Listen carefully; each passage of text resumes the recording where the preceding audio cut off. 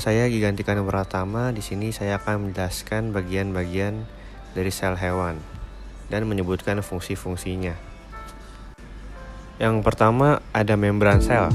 Fungsi dari membran sel adalah melindungi sel, menerima rangsangan dari luar, dan mengatur keluar masuknya zat.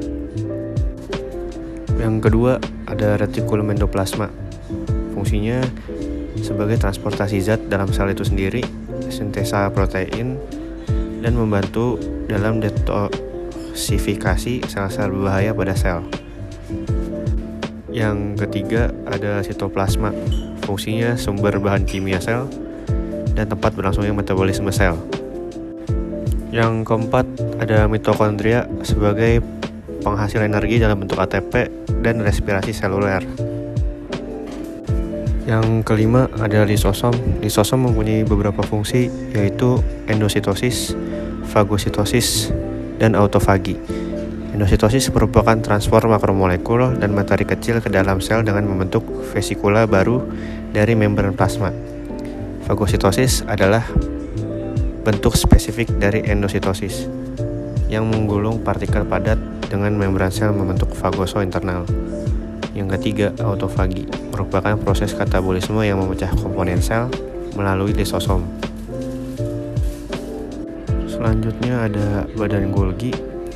Fungsinya membentuk vesikula atau kantung untuk ekskresi, membentuk membran plasma untuk membentuk libosom, dan tempat untuk modifikasi protein.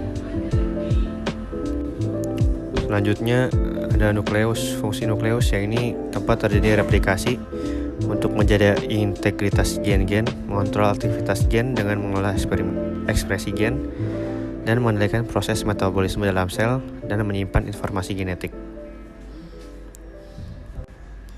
Lalu ada nukleolus, yaitu fungsinya bertanggung jawab dalam membentuk protein.